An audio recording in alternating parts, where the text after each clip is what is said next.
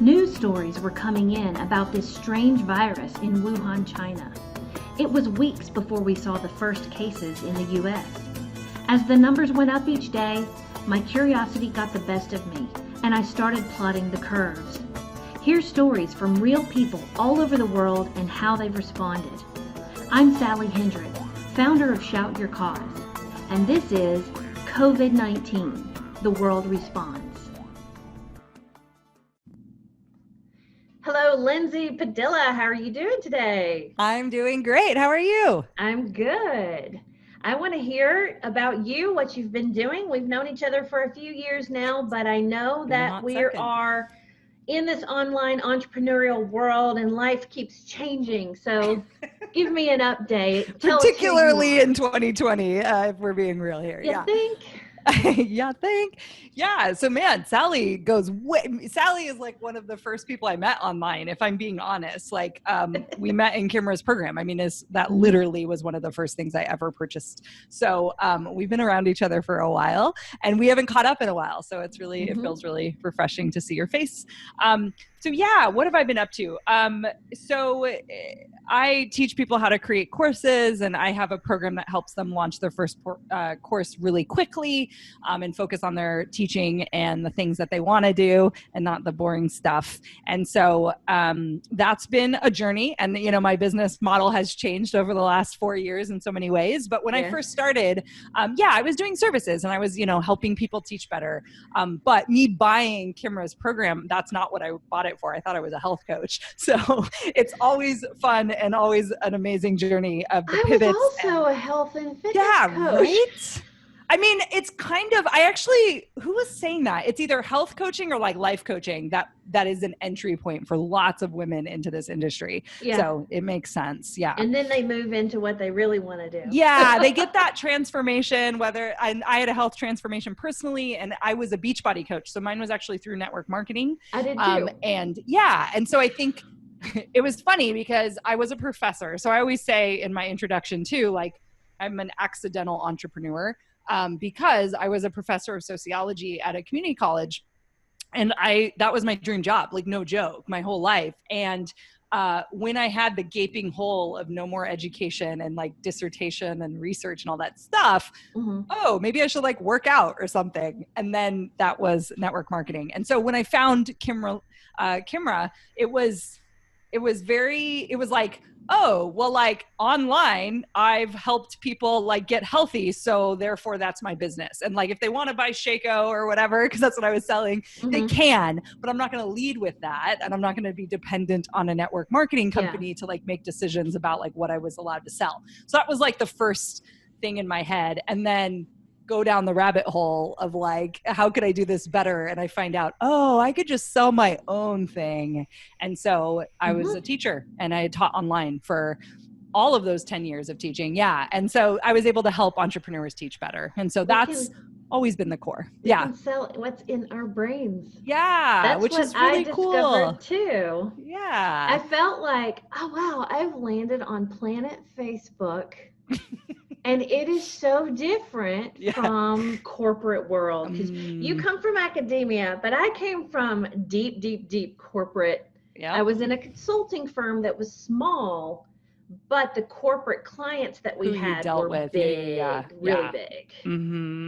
So my life was enslaved to the bottom line. Yep. Yeah. And I was actually just on another podcast interview. I tend to batch them.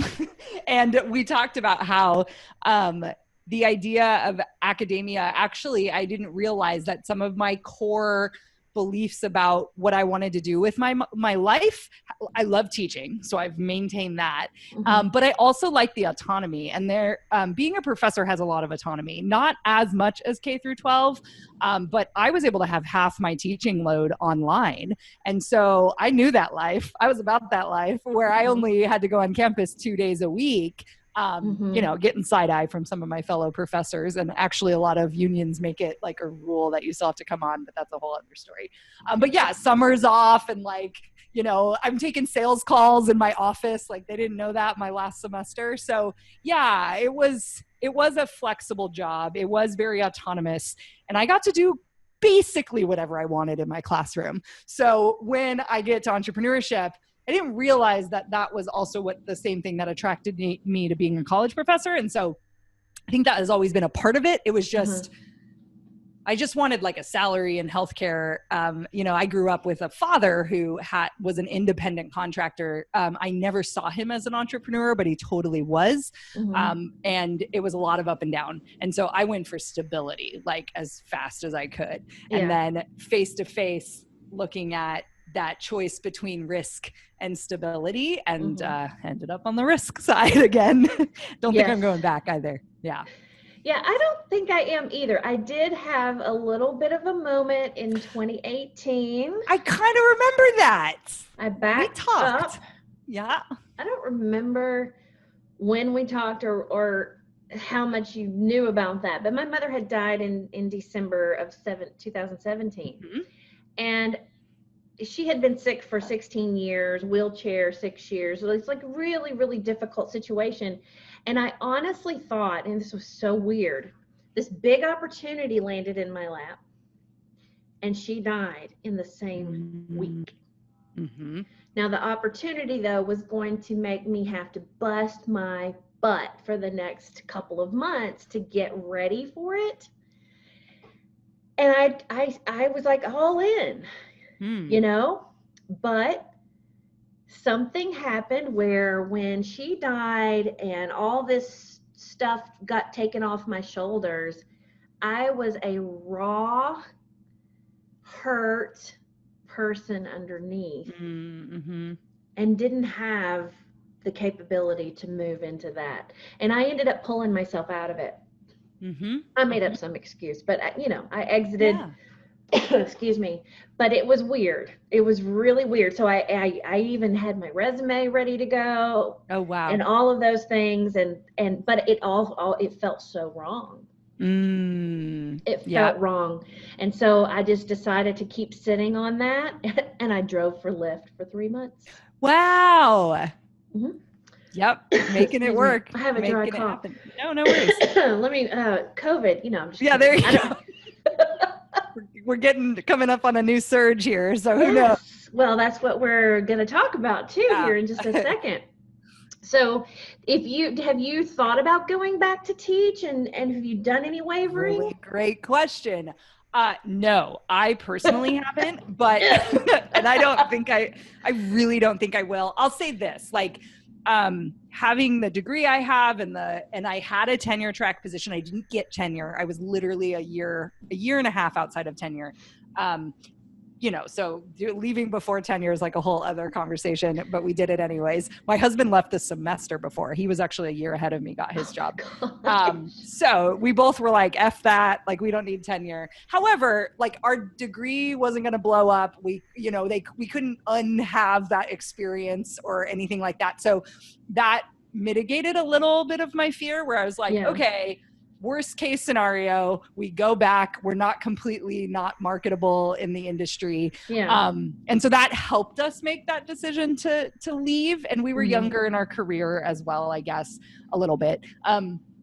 So fast forward to, no joke, like end of last quarter, or sorry, not last quarter, because now we're 2 quarters into 2020. Yeah, June 30th is around the corner. Okay, here we go. So last quarter of last year, quarter 4, was the worst quarter I've ever had in business for various reasons. When did you say last year? Yeah. So like 2019, like basically October through December was just rough.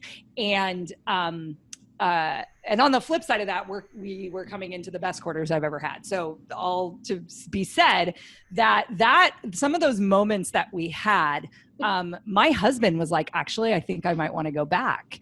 And I was okay with that. And I was like, I can't go through the application process and like that kind of stuff. So Derek did. He actually spent that end of last year looking at job postings, and the way it works is, there's like higher jobs of US, and then there's also like California Community College, like job bank.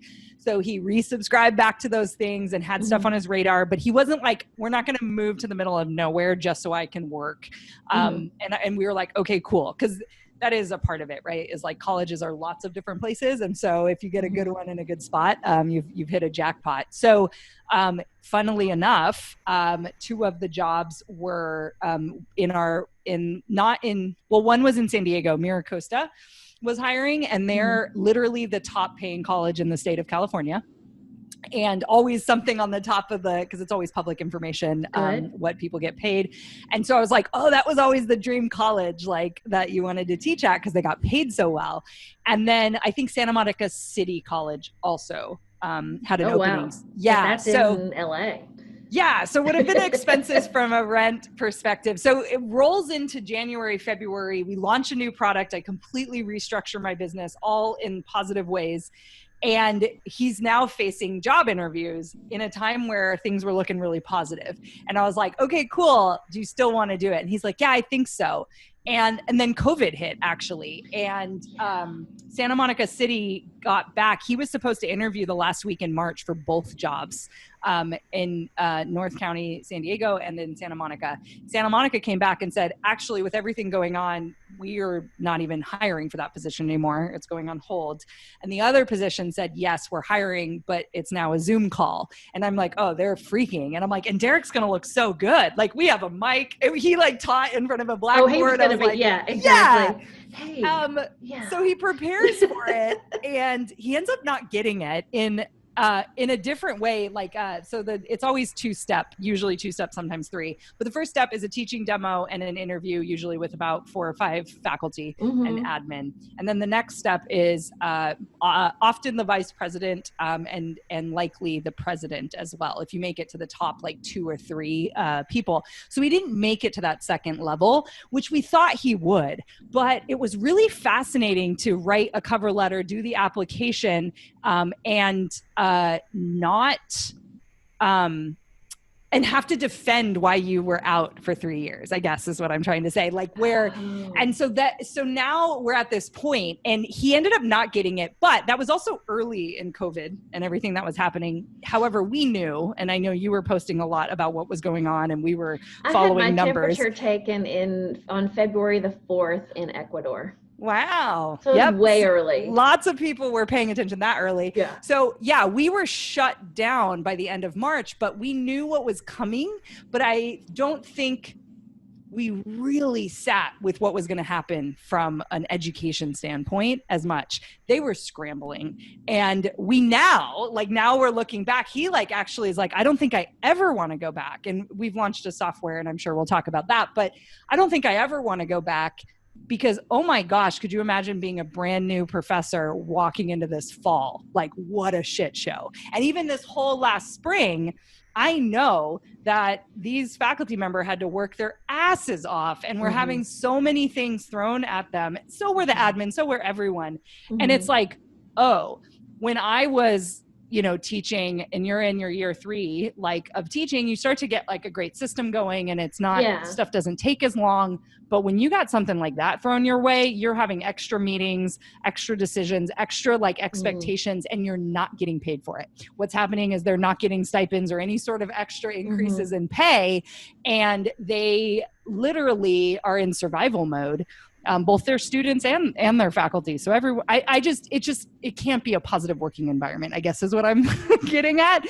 And I feel for them, but I also am like, what a blessing. And so, he was ready to go back. We were excited to have maybe that stable income and healthcare.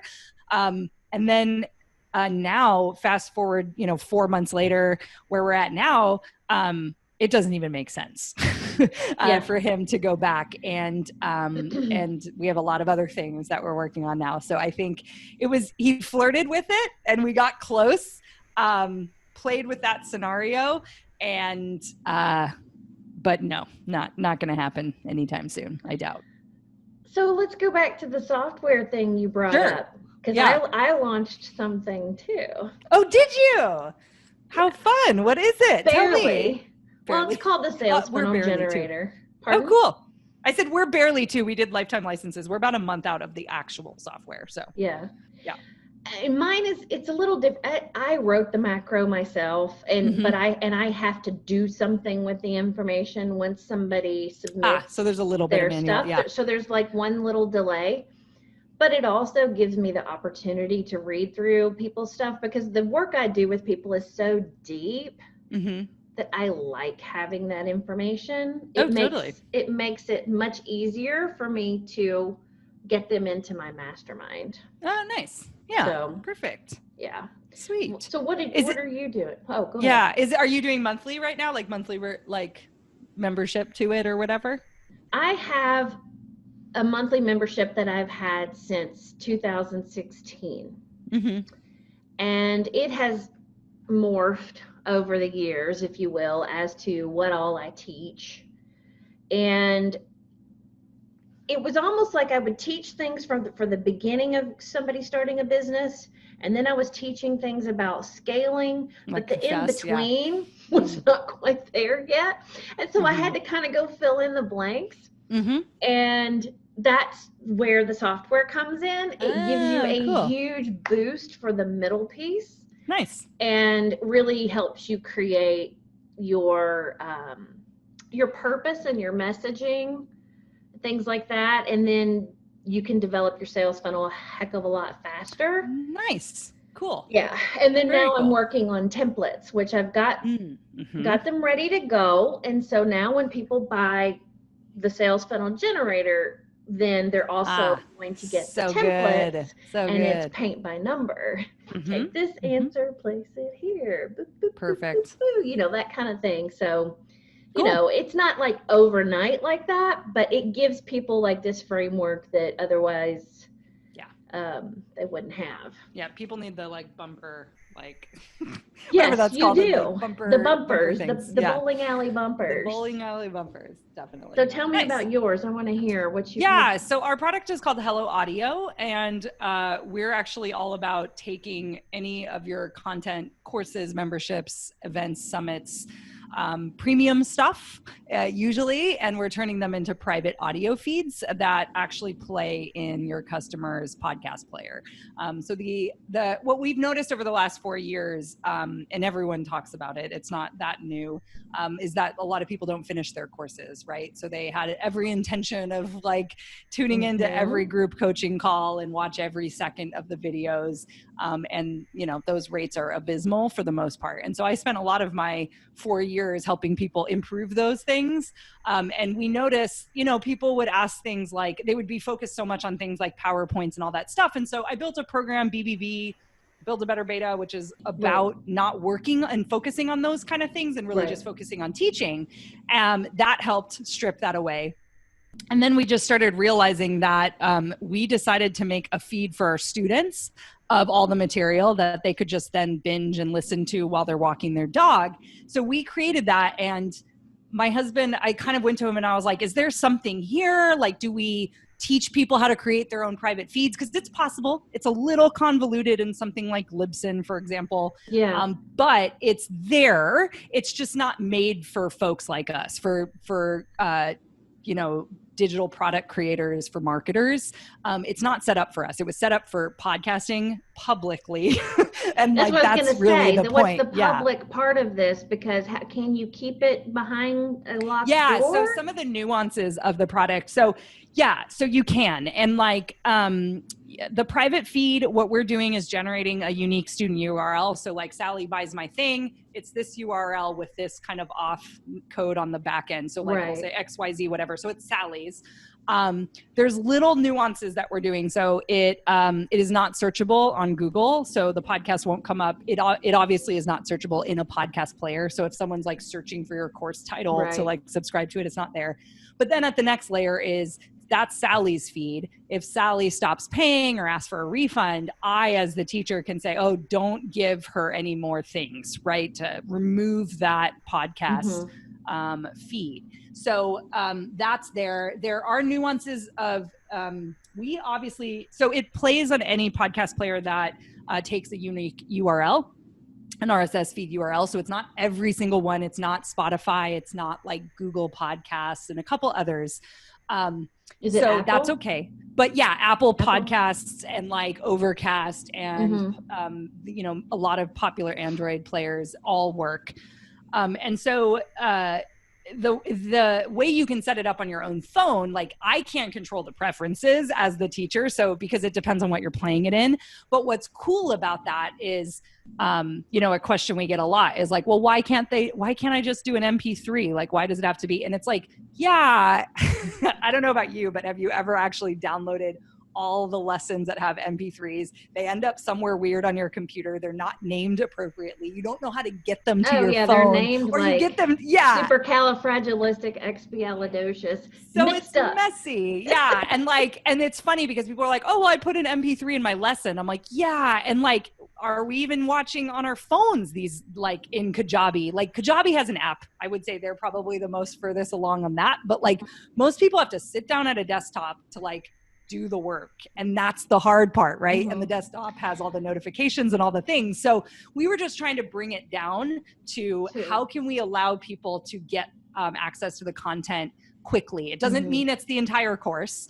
But yeah. And then as that developed and started to get even more nuanced, so we sold this originally under something called Podcast Your Course last fall. And now yesterday we just wrapped up our Hello Audio launch. So it was renamed and the software is coming out in about a month. We renamed it Hello Audio because at the end of the day, it's not even about courses anymore. Like people are using it for their summits. They're using it for their audiobooks. They're turning their webinars into audio feeds. So you could actually have a marketing kind of thing that someone subscribes to. They get a link. All your free shit is just like there instead of just the Facebook Live. And so we have this vision of like integrating with YouTube and Zoom and Facebook groups and all of that. So it just catches all your new videos, says, hey, you want to make this and put this in one of your feeds, and then you decide. We'll also have a public facing podcast. So essentially we're out Libsyn, if you will. We're just like setting up hosting and delivering in a way that fits marketers and reintroducing them to audio as a way of meeting your people. So you could have your public facing podcast that's always feeding into, hey, if you want to hear this is a paid here's a paid version. That's brilliant. That's awesome. Yeah. Awesome. So we're super excited about it. So that's what you've been working on then. I mean, obviously you did it before, but now you've been selling We got really serious. And like when COVID hit, like, so thinking about March, like I restructured my business. We were always working on Hello Audio. It wasn't called it that yet. But it was actually at that moment that I was actually going to add another like group coaching program after BBB. People needed the next thing. And we were planning this like advanced, you know, higher ticket thing. And it hit. And I was like, I need more time. And like, I actually am really excited about this. I should double down what's working, which was my on-course social low ticket funnel. Double down on that. Don't add anything new to the plate and create and keep that space open for building Hello Audio, like building a SaaS company. And it was like COVID kind of woke you up, right? It was like a splash of like water on you. And you're just like, oh shit, like, what do I really want to do? Like, there's no fucking around anymore. Like, what am I here to do? Yeah. And it was just like really clear, like keep it simple and like go with what's working right now. So. Well, that's cool. Yeah. I love it. Yeah. I did a launch, my very first launch. It was not a very public launch. I just really invited my email list and my Facebook group. And so I had a couple hundred people ready to go through this teaching that I was doing about basically saying, here's how you make your ads soar, but then teaching the sales funnel process and the ads funneling process, that whole thing. Nice. And of course, at the end, then I sold the sales funnel generator. So it's like, look, you have all these things that you need to create, but here's an easy way to do it, right? Nice. So the night before my webinar, Facebook shut down my business manager. Oh, I saw this. I reached out to you because I was like, I don't want that to happen. It's literally that's so funny. Yep. I had lots of fingers for Facebook that night or Oh the my next gosh. day or whatever it was. It was, all I knew was that I wasn't going to be able to retarget anyone. And because I had to start from scratch with a brand new account, I wasn't even able to upload email addresses to target anyone because I had no track record. And I had to put new pixel on my site. And I was like, maybe I'll get the old one back. So I don't want to lose that. So how do I get it on there twice? And then it was like, whoa. And I probably spent 3 or 4 hours. Fortunately, I know how to do all that stuff. If I hadn't known how to do all that stuff, I would have been in trouble, you know? So I ended up spending double on my ads because I needed to get people to understand that my webinar was a good webinar to watch. So I created a miniature version, silent movie version of my webinar. A silent movie version? Yeah. Wait, tell me more. Was it so like VSL, like just like text? It was, okay, you know how when you do slides, like Google Slides or PowerPoint or whatever, mine's on Google. And so if you just hit the button, it'll just run through your slides. Okay. And my slides had animation and everything. They were all like really nicely done. And so I basically went through and just recorded myself going through the slides. And then I went back and I made really big summary, almost like captions, but it wasn't captions. It was just like, this is what this is, and these are the main points of what this slide means. And so I was like, this is what these types of ads look like. And then my slides had boom, boom, boom already. This is what this means, boom, boom, boom. And then I added like the entertainer piano music, and I added some other piano music to it. And I mean, I spent like 2 hours, 3 hours editing this video the day after I had done my webinar. It was a 90-minute webinar. And I narrowed it all the way down to 5 minutes. Nice. Yep. I ran that as my ads to the most obvious audience selections that I possibly could because I had no website traffic. I did have so Facebook. Like cold? So totally cold? Mostly cold, but I also had Instagram and Facebook page traffic and video viewers and all that. So I at least had that, and I was able to make lookalikes and different things to get a really good audience. And I sold it. I mean, I got plenty of people in, and I really made my emails good for the people who had signed up for it. And I ended up extending it to my entire email list. And it worked out. But it was the most fucked up launch I've ever done in my life. I was like, but somehow in that pressure, the creative part of it just really oozed out of me to make it work. Yep. And I didn't even get it. I mean, it was stressful just because it was a lot of work to figure out, but I didn't let it rattle me in any way. And I wasn't even angry. Like, you can get really angry when things like that happen. Totally. That are that frustrating. But I was just like, nah, I'll just figure it out. So now that inspired me because I'm a big piano music person. That inspired me. Now I've been writing songs. Oh, cool. And playing the piano, and they are Weird Al Yankovic style. Yeah. Social media, Facebook ads, COVID quarantine songs. Nice. It's ridiculous. They're covers. They're all covers. Yeah. So fun. Yeah. That's cool. But long story short, let's go back to like where you are as far as like, what is it that you see as being something hopeful coming out of this? Because we've had challenges and opportunities to go through, but what's the next big thing? Yeah. Ooh. I mean, audio. No.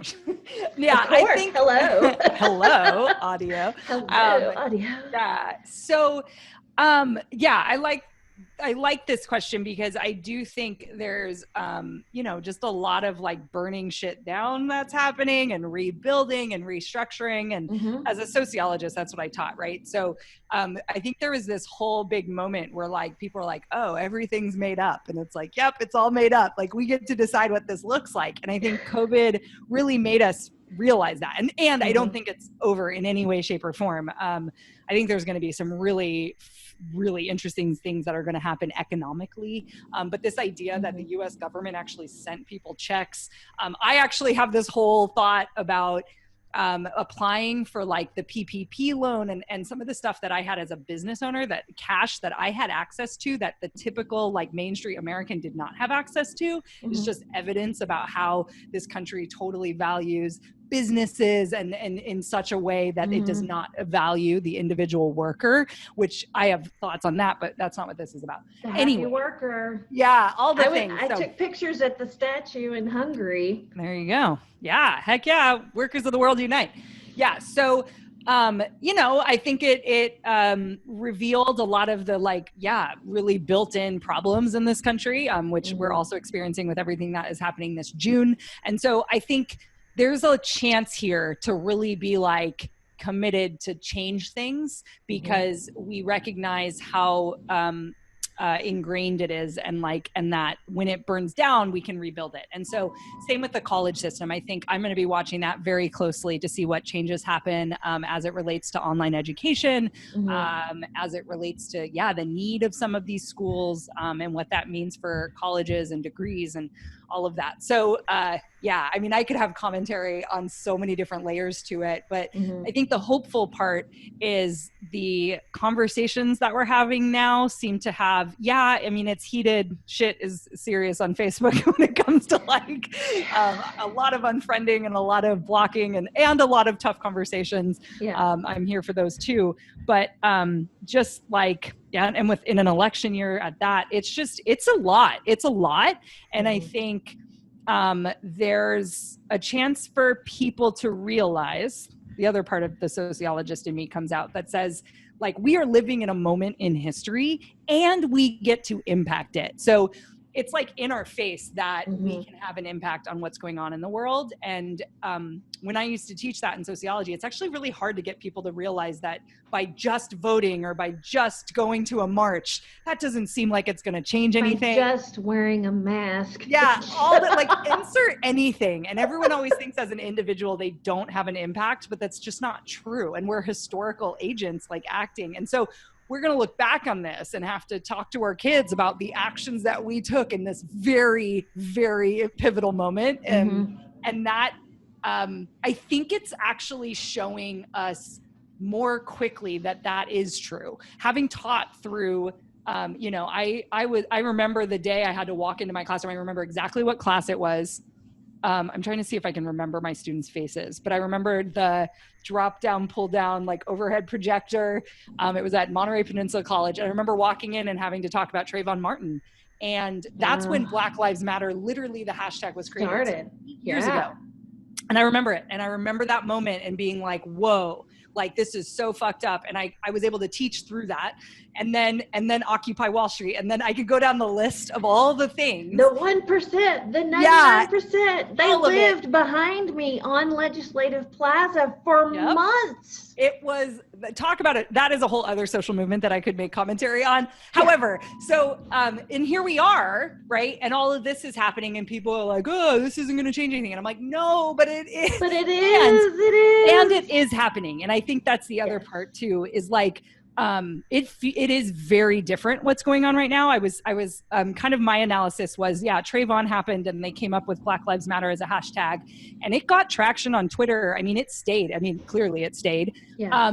However, the social media world looks very different. So who's on Facebook now, who wasn't on Facebook 8 years ago? A lot of the boomer generation is sitting there, they've been there now. They weren't there 8 years ago. And Twitter looked different even 8 years ago. And Instagram posting tweets. Like the world is different here, and information is getting to different segments of the population that didn't exist 8 years ago. And so it takes time. And I mean, amazing for the women that started it in Oakland. And we're looking back and being like, this was such an important, and the fact that we still have to defend what it means, it's fascinating. And this was always happening this whole time. And maybe this time is the tipping point. And it's great to look and be like, oh, more people are getting it. And it doesn't necessarily happen overnight. It looks like it happens overnight. It looks like, whoa, this is crazy. But you look back and you can see all the social movements that have brought us to this level where we get to decide if we want it to be different or not. Are we committed to it being different this time? And I think being a business owner versus being a professor, I'm like playing with that too, because I did powerful stuff, I think, in my classroom, and I got to impact my students in that way. But now I have a business that hires people, that generates wealth for myself and puts wealth back out there. And I'm looking at that power and watching how the business community has come together with everything that's going on right now. And I'm like, oh, we can overnight go, I'm going to commit to not, to being an anti-racist business. I'm going to do this, and this. These are actions. An institution like academia, they take a little bit more time to adjust. Yeah. And so that's the cool thing that I'm noticing is like, oh, I have like so much power over where my money goes because I have more of it and all those kind of things. And I'm starting to realize, and power to the teachers out there doing that work right now. But this is what I'm meant to do. And this is now how we can impact. And I think I've been now surrounding myself with other business owners who are committed to the same things as me, have the same values, and like, what a cool way to make change. And it just looks a little different than when I was teaching and stuff. Sorry. Yeah. Very much so. No, it's good. I feel like, oh, we could talk for another hour, but not everybody's going to listen for that long. So, they might listen to the podcast episode. If they might listen to, exactly. And that's where this is going. And you've got your Hello Audio thing going. I've got my sales funnel generator thing going, but then Shout Your Cause is what this is about. And I've hit my platform. I've really hit my platform because the things that I'm moving into, like I'm getting ready to apply for a research grant. Nice. Due in a couple of weeks. And I had a meeting on it yesterday and I'm just like, whoo, all these things going through my head, but it's all about COVID recovery for social programs, et cetera, and research and all of these things. And I've already come up with this entire scheme of what my project is going to be. Nice. So I'm just hoping I'll get funded for it. If I do, that's a 2-year commitment. So that totally changes the way my business turns. Oh yeah. Yep. But I can still have the business. The nice thing is that coming into this, those of us who have created our businesses and already have, the microphone and the things, and we've done all of the, we're so much further ahead than the person that just turned on Zoom for the first time. I've been paying for Zoom for 5 years. So you're like, welcome to the party. I know that was always, that was a wake up call. People are like, what is Zoom? And I'm like, oh, what do you mean? What is Zoom? I'm like, oh. Wishing we bought those stocks when they first went public, but that's a whole other question. Yeah. And they did that on purpose. They did that whole, we're going to provide this for K through 12 this semester for free. It's like, I was like, smart move, guys. Yeah. All right. Well, thank you so much for coming on. I think we should probably do a follow-up a few months later because I think life is changing so fast. So true.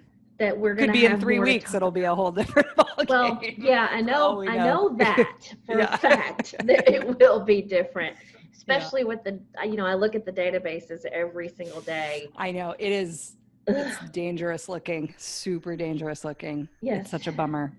Yes. And it was so obvious too. It sucks. Yeah. Science and math. Science. Wow. And then sociology. Oh, well. And then add the layer of the human group on top of it. Yeah. That's always fun. and an election. So here we go. All right, 2020. We're gonna close it out with a huge spark, a huge bang, right? Yeah.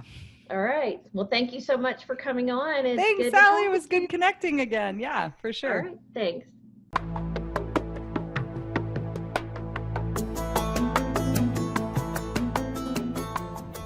Thank you for listening today. Subscribe to this podcast to hear all our episodes. Go to shoutyourcause.com to our podcast page for information on our guests and notes from this show.